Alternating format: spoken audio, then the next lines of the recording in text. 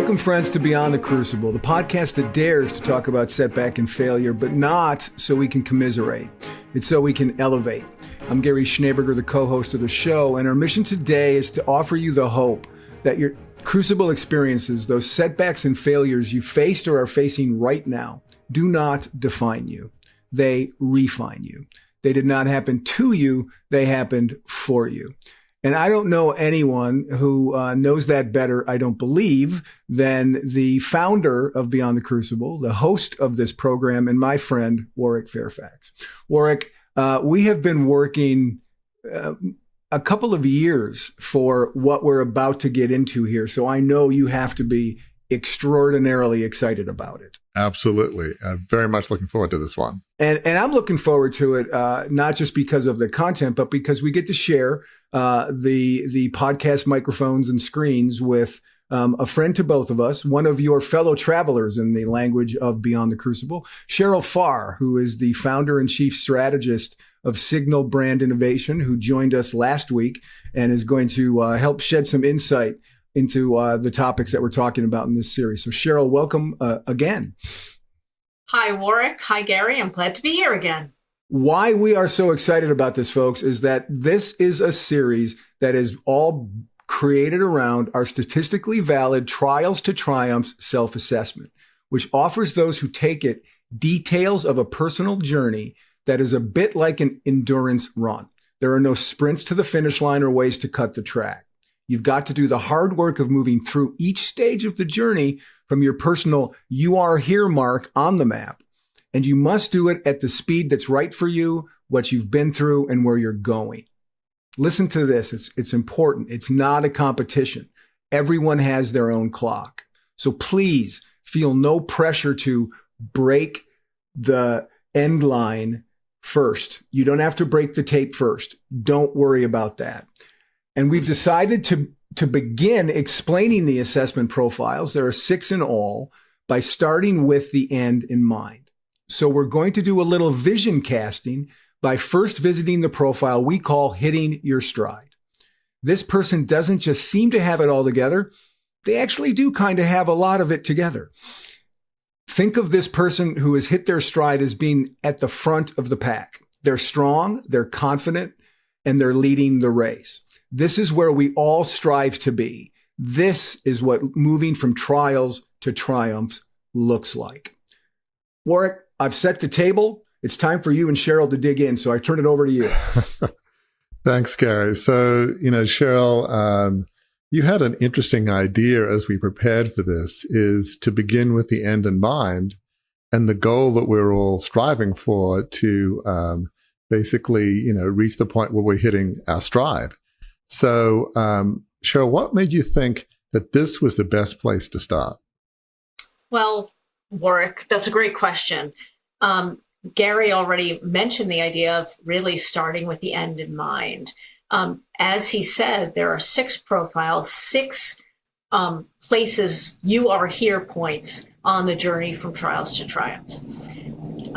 Each profile has its own path, from crucible to processing your crucible, to vision, to turning that vision into reality.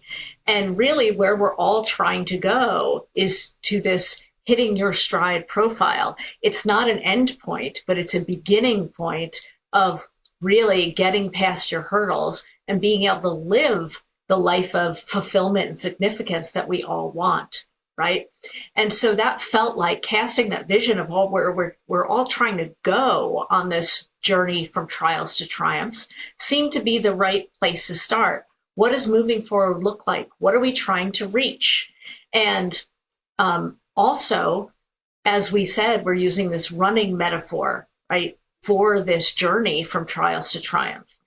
And why that is important is because there are different tracks. There are 6 different tracks you can follow. They're very different tracks, but there are an infinite number of journeys that you can take on those tracks because people run at different paces. They have different strides. And but we're all trying to get to that place where we're hitting our stride, that we're running without obstacles, that we're running at a pace we can sustain. As I said, it's not an end point, but it's getting to this sort of unfettered point where you can leave behind what's holding you back and really live in your full self.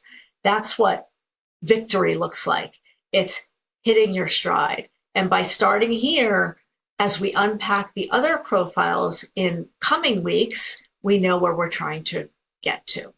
Yeah, it's such an important point, Cheryl, because in the coming weeks, we'll be outlining some of the other profiles, and some folks who take the assessment may go, gosh, they may be discouraged, they may be, be contemplating, well, what does success look like? And as you rightly said, everybody's on their own journey, but the end point in one sense is the same in one sense of hitting your stride. So I think partly by starting out with this, we're giving people hope. Yeah, this is where we all want to strive to. And so as each of us take this assessment, we should be asking ourselves, what do I need to do to change the things in my life, both internally and externally, to be able to hit my stride? And what does it look like anyway? So you were very wise in saying, let's start with the end in mind, because I think from my perspective, it gives people hope. It gives people an idea of this is what success in the full sense of that word looks like. Does that make sense? That makes perfect sense. And that hope is not a finish line, not we did it, now we're going to go sit down and sit on the sidelines.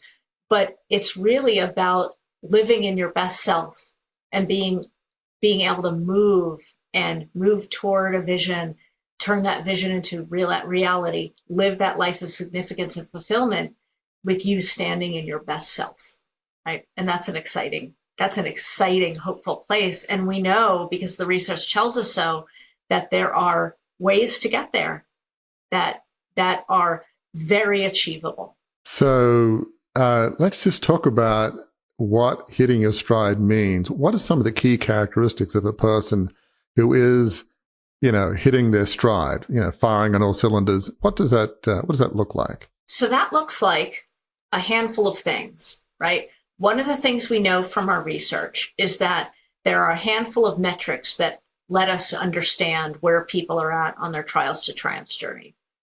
One of the things is they recognize themselves, somebody who has hit their stride recognizes themselves as experiencing a crucible moment or moments, right? They've had experienced traumas or loss so significant that it has fundamentally changed the trajectory of their lives. We know that. They know that, right? However, what they've been able to do is process that crucible. They are no longer angry about it, or they may have, look, we all go through painful situations that always have a residual sadness to it or a sense of longing or whatever that might look like. But they've dealt with that crucible emotionally. They've confronted it. They've moved through it. And it's no longer holding them back in any way. They may, in fact, understand that it's something that's happened for them rather than to them. And we'll talk about that a little bit more, what it means to have a crucible happening for you rather than to you. But really, they've had that crucible, but they've worked through it. They've made peace with it, right? And because they've made peace with it, it's allowed them to really set a new, strong vision for their lives. They're very high on vision. They understand what their new purpose for their life is, where they want to go, what legacy they want to leave, and how they're moving forward toward a point on the horizon. And they also score very high on understanding how to transform that vision into reality. They understand how to move past boulders. They're willing to take risks to achieve that vision. And they are really, think of it as firing on all cylinders to pursue that vision. No matter where they are on the journey of achieving that vision, they may have achieved it, they may be in the process, they may still be in the process of turning it into reality. They're firing on all cylinders and confident and committed and joyfully getting there. Yeah, I think you've highlighted some important points. And as we mentioned last week, there's the quantitative study with 10,000 plus people, and then the qualitative informal study, if you will, with the, all the guests we've had on the podcast, 120 plus. And, as Gary and I sort of interviewed these guests, I think it's correct to say they've all, to a degree, have hit their stride. I mean, they're all doing well. And I would say pretty much all of them have found a way, to use your words, to make peace with their crucibles. It's not holding them back. There's, in many cases, if not most, there's an element of forgiveness, which we often say doesn't mean condoning what you did or what was done to you, but there's a sense of, this isn't holding me back anymore. I found a way to deal with it so that I'm not waking up in the middle of the night just with this rage and anger. And that's an important point, don't you think, that part of those characteristics in order to be able to move forward and bring a vision to reality is you're not continually obsessive about the past and dwelling in it. It's hard to be in the present or the future if you're locked into a doom loop of the past, right? How can you? If you're questioning what you've gone through, or replaying it in your mind, or still experiencing the emotional fallout of where you've been, right? If your lens is pointed backwards, you can't look forward. And there's no criticism or judgment in that. In fact, we need that processing time. We need to be able to deal with what's happened, right? Whether it's large or small, if it's had a fundamental, profound caused a fundamental, profound trajectory change, it's had an impact. And we all need, whether that's a day, a week, a month, or a year, or longer, we need time to work through that. We have to go through that process of being able to reorient our lens from looking backward to looking forward, I think. Absolutely. And I think, one of the other key beats you mentioned, and Gary, you've mentioned this a lot when we do the podcast, is it didn't happen to them, it happened for them. They've been able to see, in some cases, almost a blessing in the crucible. A number have said that, which blew me away the first time, but after about the 10th or 20th time, it's like, there is something here. And some, we won't get the detail right now, but some of those crucibles are like, how in the world could you be grateful for that? I mean, these are horrific crucibles. So that sense of being able to, and very often, they've found a vision, which we'll get into later, that's come out of the crucible. But I think that's amazing, in which we often say you don't really have a choice as to what happened to you. Very often you can't undo what happened, especially with physical challenges. But you have a choice about mindset. It seems like in hitting your stride, there's a key mindset shift that not only have they forgiven, moved on, but they're thriving. There's an element of gratitude. That's amazing to me, don't you think, Cheryl? I think, this idea that your crucible happened for you rather than to you, that may, to some listeners out there, feel like a really radical thing. I'll never feel like that about a loss or a failure or whatever. But what we can take away, right? How we can turn and literally make lemonade by what are we able to learn? Those crucibles refine us, right? That's why they're inherently crucibles. They refine us. They teach us things about ourselves. They teach us things about the world. When bad things happen, but good things can grow from that. What do we learn? What do we process? What do we realize that we can overcome? When we can take that and really use what comes out of that loss or failure or trauma and turn that into strength and turn that into gratitude, I think that becomes a very powerful engine for moving ahead. And I hadn't thought of it until just now, but right, we're talking about that hitting your stride is like the place we all want to get to. But you don't know that you've hit your stride unless you probably stumbled a time or two, right? Just in running.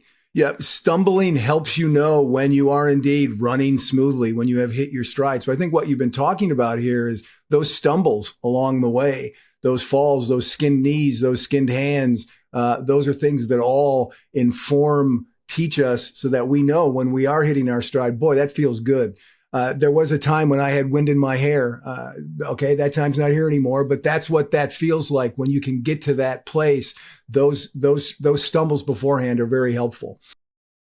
I mean, they certainly are. And it's how we deal with those stumbles. Some are, skinned knees, some maybe broken bones. But the folks we've had on the podcast, they've found a way to deal with those and be able to use them in a positive way. So let me shift to a sort of interesting question, which is, Cheryl, I'd like you to unpack a bit about the person who gets this result on the assessment. What might they be feeling? What's going on in their hearts and minds as they get these results? And what are they feeling as they get this result saying you're hitting your stride? Yeah. I think there can be a euphoria in that, right? This idea of there is a clear path in front of me. It doesn't mean that boulders aren't going to come up, but that I'm not holding myself back in any way. I think that idea that I've got a clear vision, I know what I'm moving to, boulders will pop up, but I know how to work around them. No big deal, right? When you're really firing on all cylinders or really feeling like you're in a flow, things happen, but you're like, that's not going to get in my way. I think this idea that there's an excitement. I think when you're hitting your stride, you feel your maximum creativity, your maximum productivity. You've got a strong sense of that vision, a real optimism for what can be. And you're also feeling validated from within, right? This idea of, I think, seeing that result and feeling like you're hitting your stride, you're like, you're on the right course. Your instinct, your gut is telling you, yes, keep going in this direction. And we talked about that gratitude. And I think a sense of, I'm going to call it wisdom.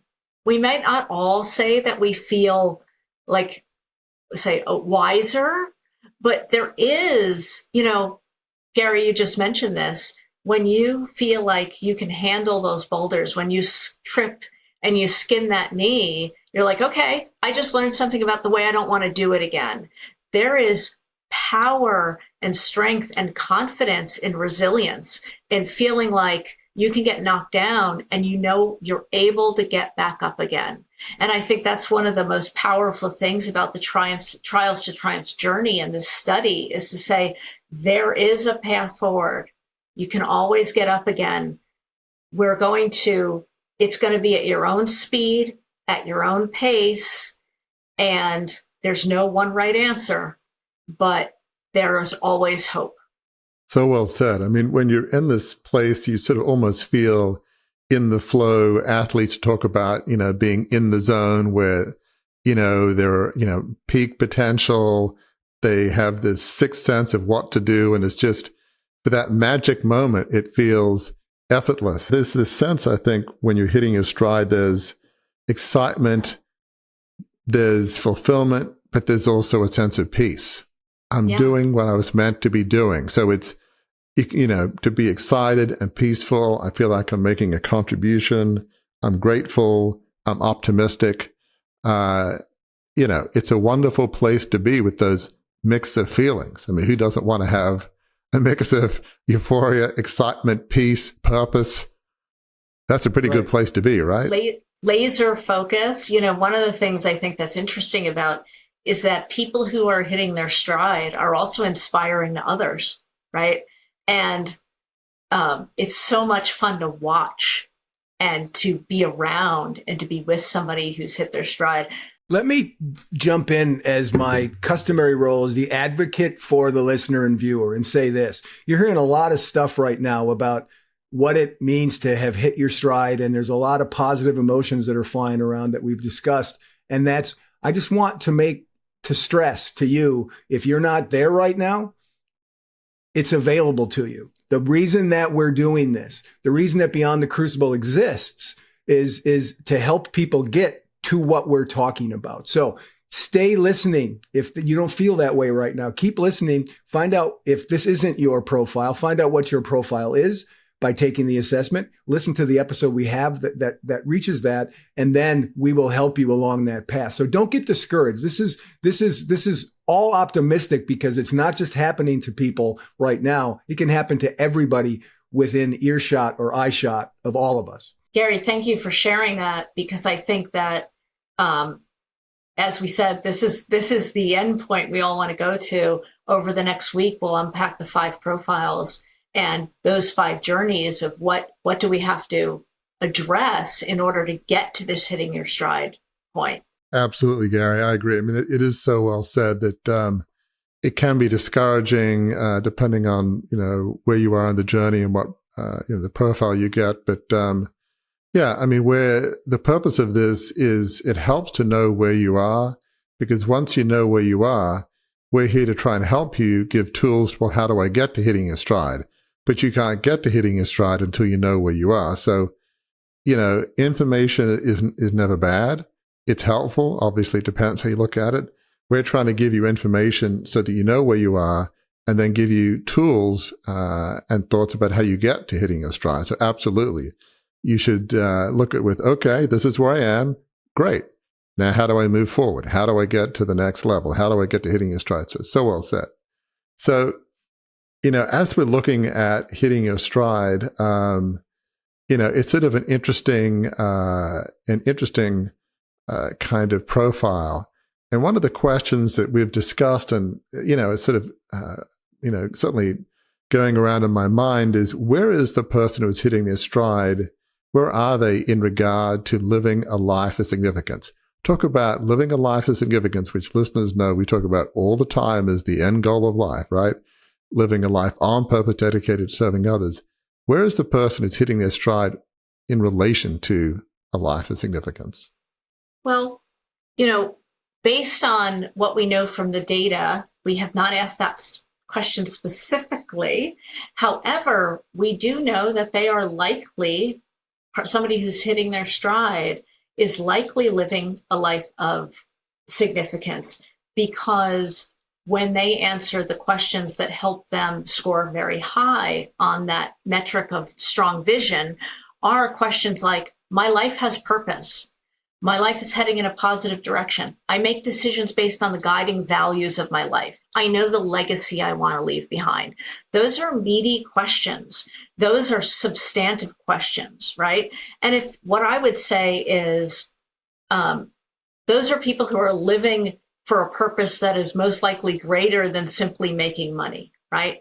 And I think if you get this result and you're not sure if you're living on purpose or a life of significance, ask yourself, is my vision on purpose? Is it dedicated to serving others? Is it something greater than simply making money? Am I having a positive influence in the world, or is the goal I'm pursuing designed to have a positive influence on the world? If I can't quite answer yes, or I'm not sure, how can I reorient myself to answer yes to that question, right? Of what positive impact am I having on the world around me, large or small? But I do think that chances are, if you are living a life that is hitting its stride, it is going to be having a positive impact. It is a purpose-driven life, and most likely dedicating to serving others in some way. For hitting your stride to be sustainable, there has to be some other-centered, purpose-driven aspect to it. Otherwise, it will just, it's just hard to keep going if it's all about you. And you're right. If you really have gotten over your crucible, pretty much everybody that's gotten over the crucible that we've interviewed has turned that, they've found their purpose amidst the ashes of the crucible. So yeah, it's hard to see. Maybe you could hit your stride for a moment. I don't know, but for it to be sustainable year after year, decade after decade, it's hard to see how you do if it's all about you rather than about others. Does that make sense? 100%. I think also when you go through a crucible, that's fundamentally change the trajectory of your life. I mean, we've all gone through that. And that it does make you re-examine what really matters. And, because when something happens that is out of your control, and you start to think about what really counts, right? And it tends not to be the things that we pursue out of selfishness. Instead, it tends to be the things that we pursue out of more selflessness, I think. And I think that's part of the resilience and lessons and learning that come out of having an imperfect life where you've experienced a crucible or two or three. Yeah, it kind of makes me think that it's easier to have resilience if you're following a cause that's beyond yourself. It's like, people are counting on me. This is too important to fail. I want to be able to help people. It's a lot easier to get out of bed in the morning and say, you know what, this is important. Yesterday was a tough day, but that's okay. We're going to keep moving forward because this is important. This is not about me. It's about others, So, this is an interesting place. So for some people, they may be listening, okay, hitting your stride. I've reached the finishing line. It's Disney World. I can sit back and relax, and I'm good to go. I can just relax for the next few decades, and it's all good. But so talk about, somebody may be hitting their stride. They may feel they won the race, but yet, Crucibles challenges have a way of repeating themselves. I mean, very few people can say, I had that one Crucible 20 years ago, and ever since then, I haven't even had a speed bump. It's been awesome. Yeah. In fact, I never hit red lights when I go through traffic. It's always green lights. There's never traffic on the freeways. It's just, I don't know what it is. I live this charmed life. My kids are getting straight A's. They're great at athletics. I mean, I don't have to help them fill out their essays on applications because they're genius level. I mean, I can't believe how good life is.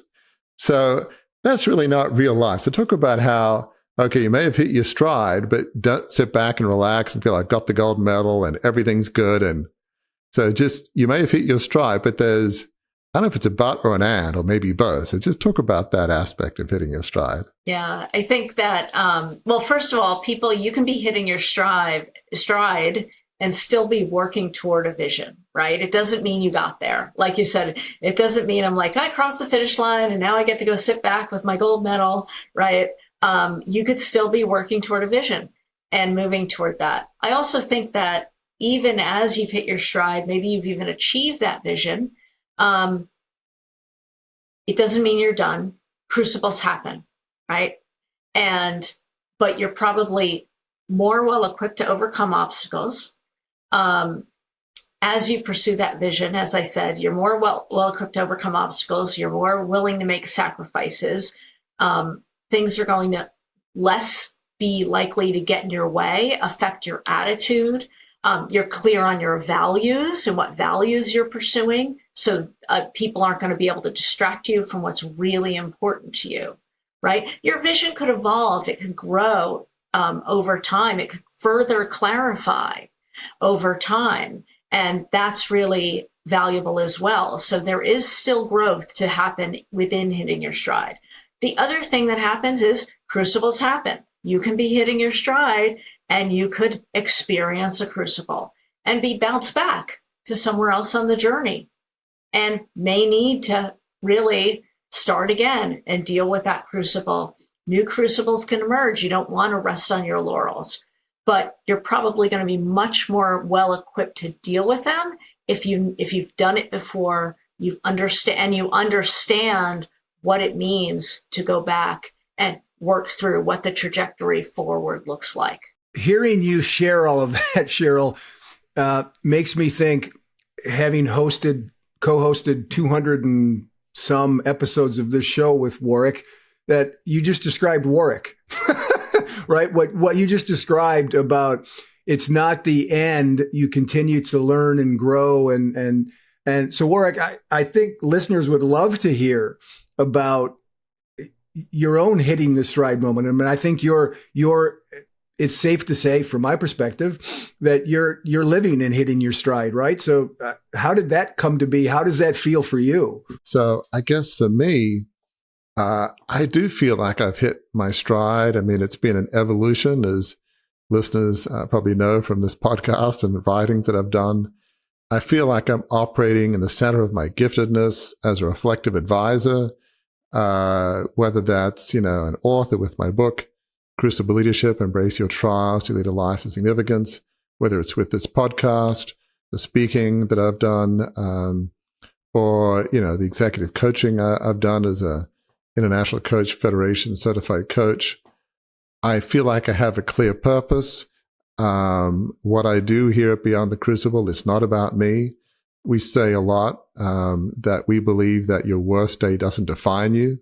So we're all about giving people, and this is, part of the community we have here that's helped me. We give inspiration and tools to help people get beyond their worst day. So it's absolutely other-centered. There is it's a purpose-driven brand that, we all should feel like what we're doing somehow makes the world a better place. I have obviously a clear faith-based paradigm to it, but we all have purpose. And what I love about what we do at Beyond the Crucible is we provide a platform for people to share their stories. And, as we've had 120 plus guests on this podcast, one of the things I love, and I'm a curious person, I love learning about people's stories. And I can't tell you how often somebody has said something that's added to whatever level of my wisdom, whether it's big, small, low, or whatever level of my learning is, it's added something to that. And I feel grateful in so many ways. One of the other things is that we have a great team with, you, Cheryl, and Gary included, amongst others, who have different gifts to mine. And I feel like we've been able to create the brand and the platform because there are people with gifts that I don't have, people that are better at, branding, marketing, selling, public relations, a whole, suite of skills that I don't have. And I feel like I'm blessed, and, the brand is continuing to evolve from, started off as a book and a podcast and speaking. We're continuing to find, what's around the corner, what's over this next hill, how can we grow? So I feel like I'm using my giftedness in areas that are other focused, purpose driven. And yes, it gives me immense joy and fulfillment. And I'm feeling incredibly grateful. And yes, out of the ashes of my crucible came the brand. So yes, I'm feeling grateful and joyful, fulfilled. It doesn't mean there aren't speed bumps. Of course there are speed bumps, but it's like, okay, that wasn't fun. How do we get over this? Because what we're doing is important. We need to find a way through. So I feel incredibly grateful. The speed bump that popped into my head when you were saying all that, and it's very minor, right, from the perspective of someone on the outside like me. Do you remember when your book came out and some Australian newspaper did an editorial cartoon about, that was negative towards you, and it hurt and it hit. Absolutely. It was a stumble, and it was, you had hit your stride. You were walking in that, but just to expand that out to folks, those things can happen. That hurt you, but you had developed the skills that allowed you to get past it, and you got past it. So, you're a great example of hitting your stride, and also of when crucibles come in the midst of hitting your stride, you can still hit your stride again, right? Absolutely. Yeah, that's a great example. I've had, as listeners might know, a number of editorial cartoons that have been pretty savage. But this one was like, hey, Warwick's come out with a book and he'll sell it to you for a price. I'm like, who sells a book for nothing? Come on. Yeah. It's not like we're selling it for, $1,000 a pop or something. It's, standard kind of book price. It's like, really? Just snarky for the sake of snark, if you will. So that was a bit ticked off for a day or so, but it's like, okay, that's what some people do, and you just move on. But you sort of, my attitude life, you feel the feelings, you don't suppress it. It was a speed bump, not a major crucible, but it's like, okay, this isn't fun. Talk it through with a couple of people, such as, yourself, Gary and Cheryl. Okay. And then then you move on to the next phase. But yeah, that was a speed bump, and it's life, and it's going to happen. It's going to be irritating, and find a way to move on. So well said. But you know your vision is bigger than that, right? That's a speed bump, but there's the vision of helping people move beyond their crucibles and understanding that their worst day is behind them, and that they can move forward. You're always better than your worst day, and there's so much more to be had, is a huge vision. So that speed bump isn't going to be a wall. It's only going to be a speed bump. Well, now we've come to what is going to be an interesting part of every episode of this series, where we're going to go through, right? We've talked about the quantitative data that we have and the qualitative data that we have. We're going to mine some of the qualitative data we have and look at some of the podcast guests we've had who fit the certain profiles that we're talking about. And the first one, since it's hitting your stride, we're going to talk about hitting your stride. People on the show who have expressed that they had hit their stride. They haven't used those terms, but what they've talked about are the same things that we've talked about here. They have hit their stride. And folks, you've been with me and Warwick for 204 or 5 episodes by now. And this is about to be the most uncomfortable thing I've ever done. And keep in mind that I once dressed in a Spider-Man costume for our series about superhero movies. Okay. This is more uncomfortable for me than dressing in a Spider-Man costume to surprise Warwick and to surprise all of you. And that is the first guest that we're going to talk about who embodies his living hitting your stride is me. And I say that not just because of I plucked it out of the air from the episode, but when I took the assessment, that was indeed the result that I got. So I am statistically valid, I guess, right, as hitting my stride. So I feel good about that, but it still feels weird to talk about these things. So I'll just hit some of the highlights or lowlights, as it were, of where my crucible took me and then how I've hit my stride beyond that. I was, if you listen to episode 100, which was a bit of a stunt episode where Warwick interviewed me about my crucible, I was an alcoholic. I have an alcoholic past, and it was my challenge was I was a high achieving alcoholic. So my journalism career did great until it stopped doing great. I had a major flame out at a major journalism conference in Texas, which I made a fool of myself, and it trickled throughout the newspaper industry in Texas, and it was terrible. It cost me my job, but it got me into rehab, where I began to take those first tentative steps, stumbly steps that would lead to, now 27 years later, next month, would lead to hitting my stride. But when I got sober, I then also, like Warwick has talked about many times in the show, I've talked about many times in the show, I put my faith in God. That helped me immensely. I was able to reestablish my career after some rough starts. And then I was able to switch my career to join what my old journalist friends call the dark side, which is public relations. But the other thing that changed in that process, not only did I go from journalism to public relations, my focus of my job changed. It was no longer for me. I wasn't just trying to do it to get bylines and get great stories and do those kinds of things. I really was focused. I had no way to put it in words like Warwick has put them into words, a life on purpose dedicated to serving others. I tried to devote myself to that. Fast forward to now, I started my own public relations firm called Roar. The brand promise of that, I've never had the guts to ask the brand guru Cheryl if it's not a bad brand promise, because it just popped in my head one day. My brand promise is be heard. I have helped, I believe, a number of people be heard in the 8 years. 8 years actually yesterday, as we're recording this. I started the business 8 years ago yesterday, so that's awesome. But I've helped people better articulate their passions, which to me feels like a life of significance. Sometimes in pro bono work, I've done that just to help somebody find their voice and unleash their voice. So that to me feels like I've hit my stride. Absolutely. So Gary, just for listeners, because they're probably curious, just give us some, just a few points of what does hitting your stride look like for you, for Gary Schneeberger? What are some of the key points about which you'd say, well, this is why I'm hitting my stride. Yeah.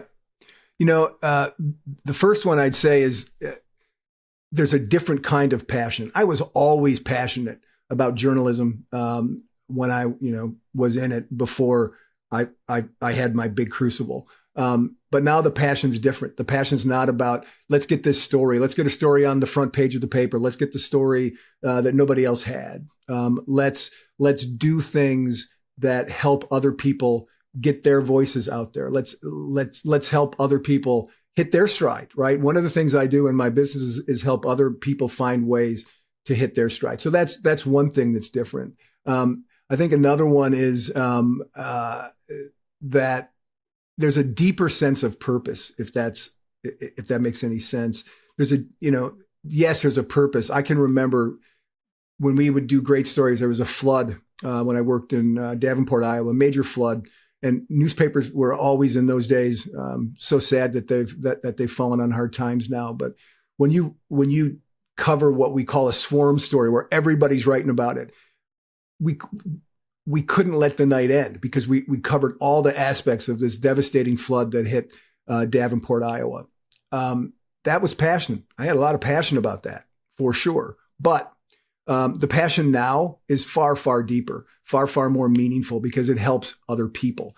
So when you take passion, you layer in significance, you're hitting a different kind of stride than you hit when you're just doing it for yourself. And another guest, which will not be so awkward for me to talk about as myself. And let's face it, folks, you've been around for a while. If you've heard this, you probably realize I'm not really all that awkward talking about myself anyway. The next one who we think hits this hitting your stride profile is Katie Folks in Warwick. You know a bit about Katie Folks because she was, I think, only at the time the 837th guest we had from Australia. Now we're up over 1,000, but yes, Katie was from Australia. So talk a little bit about her story so people can see how maybe she landed at hitting her stride. Yeah. So Katie, has been able to harness resilience. So she was a member of Australia's Olympic rowing team in 2004. It was an 8, and they were actually in the final, and they were favored to medal. Well, one of the teammates stopped rowing in the middle of the race. So this is something you never do. Now, Katie was the cox of the boat. In other words, she was the one steering it. So not a whole lot you can do. You do need people to row, to win the race, and she's steering it, and they were sort of shocked. And, Australia is a sort of a sports mad country. It matters a huge amount. And so you had even the prime minister of the country saying that rowing crew was un-Australian. That's the worst thing you could be called as an Australian, un-Australian. And it rocked her to her core. There was trauma around it. She had to deal with the scorn, even though she'd done nothing wrong. She, I'm sure, had to deal with a level of forgiveness or being able to move on with a teammate. I had to believe the other crew members were like, what are you doing?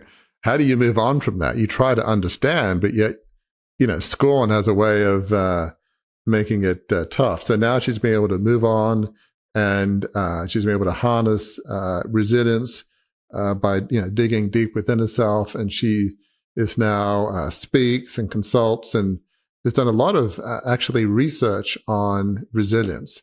So she really helps corporations and other people harness resilience. What do you do when you go through a crucible like that and it's hard to move on? So she's been able to make sure that her worst day did not define her. It's really an incredible story. Yeah, and the beat of that story that hits me most resonantly is that she went through it. She had to harness resilience. She had to learn resilience. Then she went and studied resilience, right? She went to school to become someone who could teach resilience to others through understanding it both experientially and academically, which I think is a wonderful picture of hitting your stride, right? You know what you've been through, but you're so moved by it. You're so touched by it that you study it.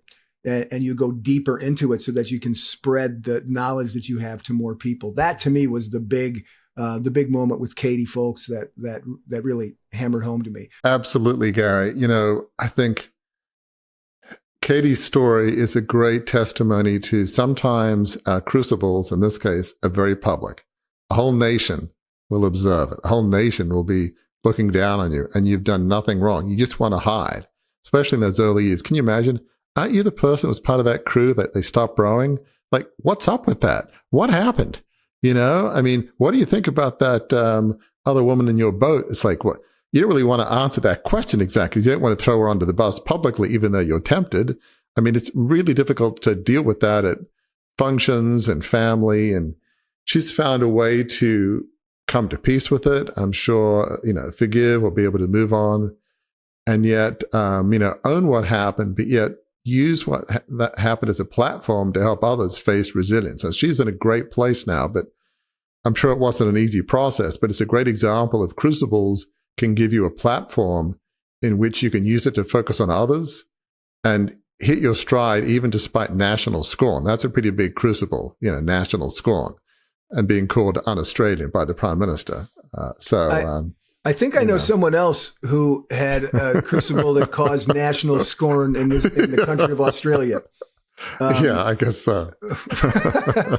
The last guest that we can talk about here, who we believe, having done a podcast interview with him, is Jim Daly, and Jim Daly grew up with an alcoholic father who died when he was 5. He lost his mother to cancer 4 years later. His grieving stepfather. Imagine this: Jim's still in single digits. His grieving stepfather, when after his mom's funeral, just left, packed up the house where the family of all the kids lived, and just left. He was nowhere to go. They had nowhere to go. From that broken family, Jim Daly has, over the years, hit his stride and now leads the family help ministry, focus on the family. What he's doing now is he's gone from broken family, right? From broken home to knitting homes back together, to helping families thrive. Cheryl, I want to ask you just a little bit about this because you know Jim as well. So you understand Jim and his perspective. It is indeed fair to say that Mr. Daly has hit his stride, isn't it? Yes. Yeah, I would say so. And I think one of the things that's so true about Jim and true about all of these stories is it's really compelling to look at how people are taking that crucible and turning it for good, right? This is a great example of happened for you, right? And turning that for good. Jim Daly, the victim of a terribly broken home, now dedicating his life to knitting families back together, and to such incredible effect. Katie Folks, somebody who had this really traumatic experience and has now had to discover resilience as an outcome of that crucible and is now teaching others resilience.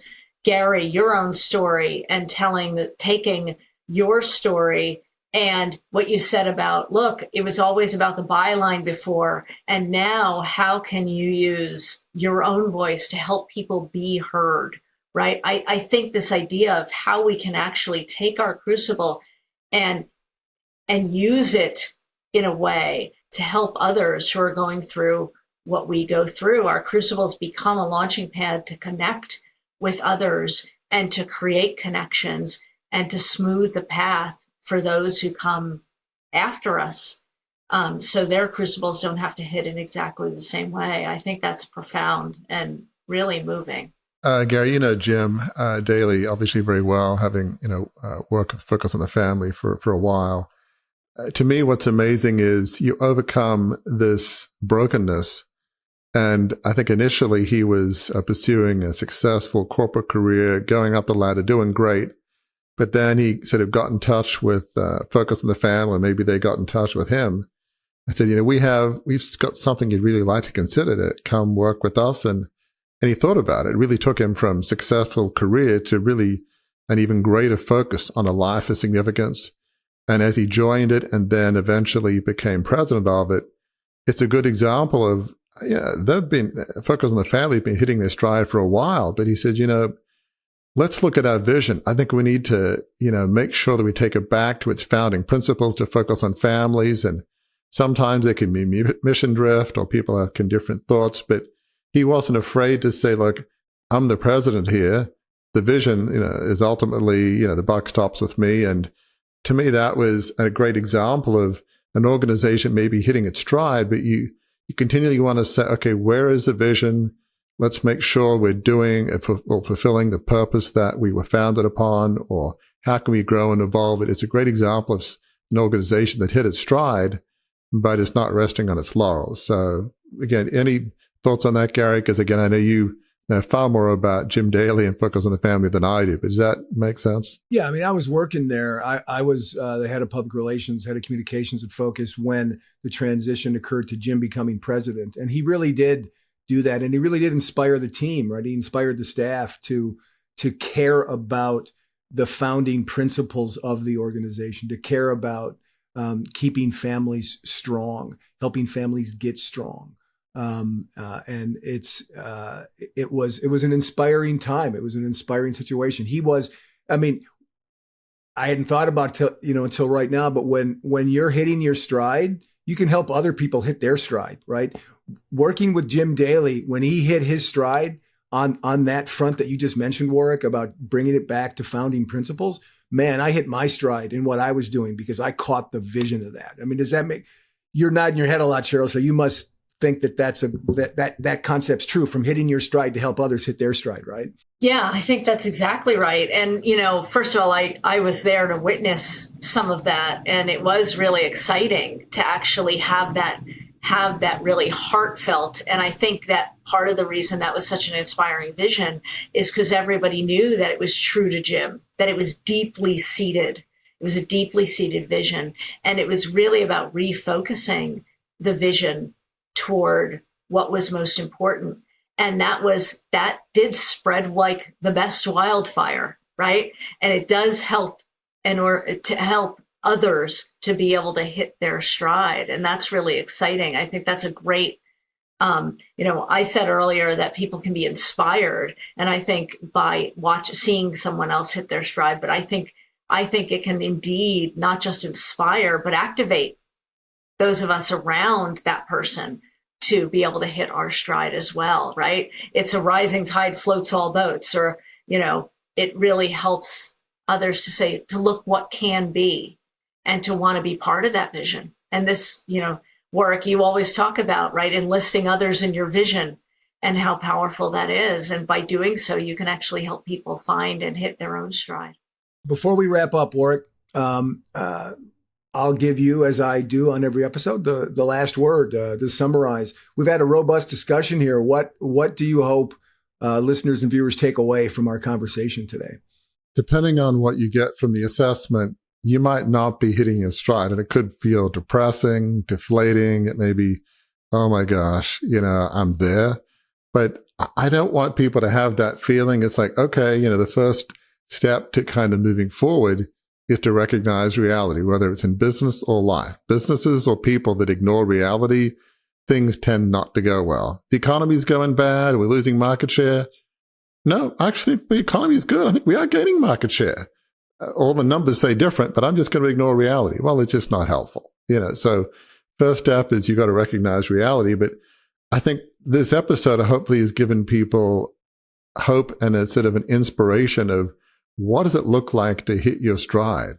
It's when you're almost in a state of flow, when you're operating in, a vision you care passionately about, when there's sort of an effortless, what you're good at, and you just have this sense that life is not about you, it's about others.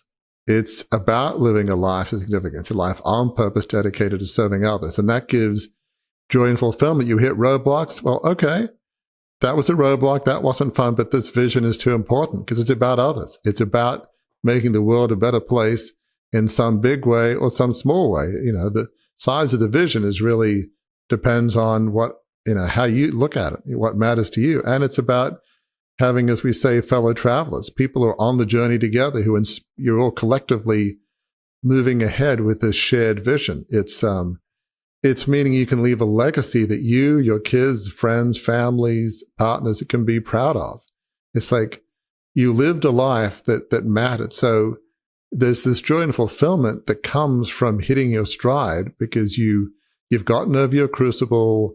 There's a measure of forgiveness and acceptance, and you know who you are, and you love what you do, and what you do matters to you, and it matters to others. So it's a great place to be, and yet you have a sense of when you're hitting your stride, I'm not done.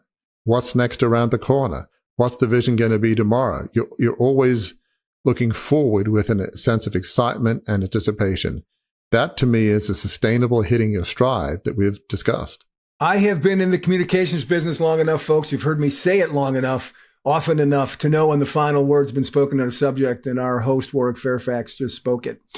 We have begun our dive into the profiles from our Trials to Triumphs self-assessment starting with the end in mind. And now, starting next week, we're going to move forward and we're going to go through each of the other 5 profiles, which are unique. You are here. You've heard us say that before here. You are here points in the journey from trials to triumph. So if you want to join us on this journey, head over to beyondthecrucible.com and take the free self-assessment. You'll get your results right away. And you can discover where you are on the map right now. And you can also know how to get from where you are right now to your unique life of significance. So again, head to beyondthecrucible.com and take the assessment. And be sure to join us next week when we dive into the next profile in the Trials to Triumphs self-assessment. See you then. If you enjoyed this episode, learned something from it, we invite you to engage more deeply with those of us at Beyond the Crucible. Visit our website, beyondthecrucible.com, to explore a plethora of offerings to help you transform what's been broken into breakthrough. A great place to start? Our free online assessment, which will help you pinpoint where you are on your journey beyond your crucible and to chart a course forward. See you next week.